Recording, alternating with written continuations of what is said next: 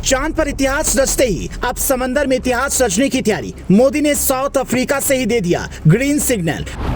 रातों रात मिशन पाताल लोक शुरू। इंसान पाताल की गहराइयों से ढूंढेगा अद्भुत अकल्पनीय रहस्य। दुनिया बजाएगी ताली। समुद्र की गहराई में मोदी उतारेंगे ऐसा अद्भुत यान जो दुनिया को कर देगा हैरान। 6000 मीटर की गहराई। समुद्रयान मिशन लगाएगा गोता। चंद्रयान मिशन के बाद अब इंडिया समुद्रयान मिशन से दुनिया को हिलाने के लिए तैयार। आसमान में इतिहास रचने के बाद अब भारत पाताल के रहस्यों को भेदने की तैयारी में है। चंद्रमा पर विक्रम लैंडर के लैंड करते ही ऐसा अद्भुत इतिहास बनाया हिंदुस्तान ने कि दुनिया के बड़े बड़े देश दांतों तले उंगली दबाने पर मजबूर हो गए। चांद पर झंडा होना और झंडे में चांद होना, दुनिया की कई देशों को इसका फर्क समझ में आ गया। आजादी के अमृत महोत्सव के बीच चांद पर भारत का तिरंगा शान से लहरा रहा है। दुनिया में सबसे पहले चांद के दक्षिणी ध्रुव पर पहुंचने का कीर्तिमान स्थापित कर दिया गया है। लेकिन भारत के वैज्ञानिक सिर्फ चांद तक ही नहीं रुकने वाले। उन्होंने अब एक ऐसे मिशन पर काम तेजी के साथ शुरू कर दिया है जिसके लिए दुनिया के बड़े बड़े और हर चीज में अव्वल रहने वाले देश भी अभी तक उससे पार नहीं हो पाए हैं। ये मिशन वैज्ञानिकों के लिए मौत के मुंह में जाकर पूरा करने जैसा है। ये मिशन अभी तक सीक्रेटली पूरा किया जा रहा था, लेकिन अब वो वक्त आ गया है जब इसे दुनिया के सामने पूरा किया जाएगा और एक बार फिर दुनिया को ये दिखाया जाएगा कि ये आज के जमाने का इंडिया है, बाप के जमाने का नहीं। अब अपना इंडिया समुद्र की गहराइयों में गोते लगाने की प्लानिंग कर रहा है। हम बात कर रहे हैं समुद्रयान मिशन की।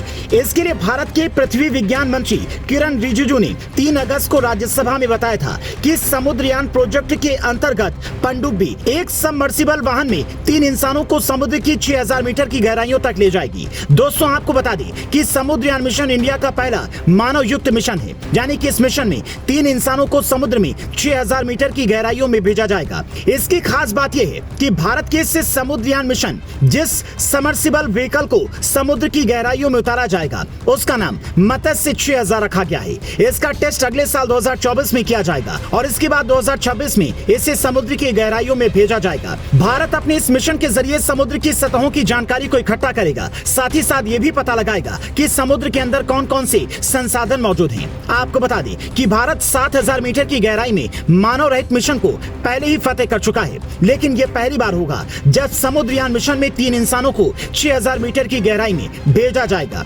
खबर तो यह भी है कि इस मिशन से केंद्र की ब्लू इकोनॉमिक पॉलिसी को सपोर्ट मिलेगा।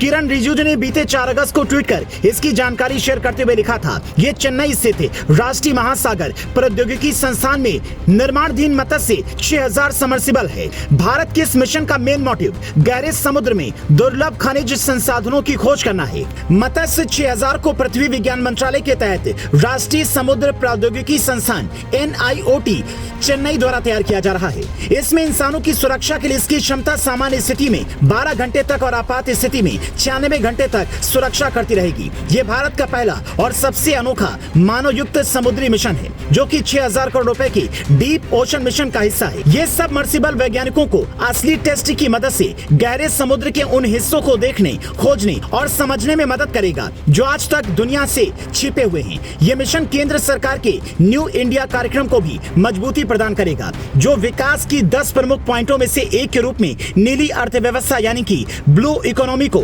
उजागर करता है। हैरान कर देने वाली जानकारी यह है कि भारत के पास 7517 किलोमीटर की लंबी तटरेखा है जो कि समुद्र को छूती है। इसमें 9 तटीय राज्य और 1382 द्वीप शामिल हैं। भारत एक ऐसा देश है जो 3 ओर से समुद्र से घिरा हुआ है। खास बात यह है कि यह मत्स्य पालन और जलीय कृषि के साथ साथ पर्यटन, आजीविका और ब्लू ट्रेड का सपोर्ट करता है। चलते चलते ये भी जान लीजिए कि इसे लगभग 2 साल पहले जून 2021 में पृथ्वी विज्ञान मंत्रालय के द्वारा इससे परमिशन दी गई थी।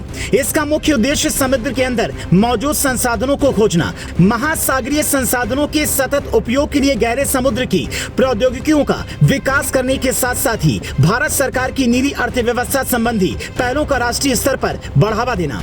5 साल की अवधि वाले इस मिशन को पूरा करने में लगभग 4077 करोड़ रुपए लगाए जाएंगे। केंद्रीय राज्य मंत्री जितेंद्र सिंह ने 29 अक्टूबर 2021 को समुद्रयान मिशन को लॉन्च किया था। इस मिशन के लॉन्च होने के साथ ही भारत ने अमेरिका, रूस, फ्रांस, जापान और चीन जैसे देशों के क्लब में एंट्री कर ली। भारत से पहले इन सभी देशों के पास समुद्र के अंदर गतिविधियों को पूरा करने और उन्हें अंजाम देने की बेहतरीन तकनीकी और वाहन है, लेकिन अब बहुत जल्द इंडिया भी ऐसा करने वाला देश बन जाएगा। इस पर आपका क्या कहना है, हमें कमेंट में बताएं।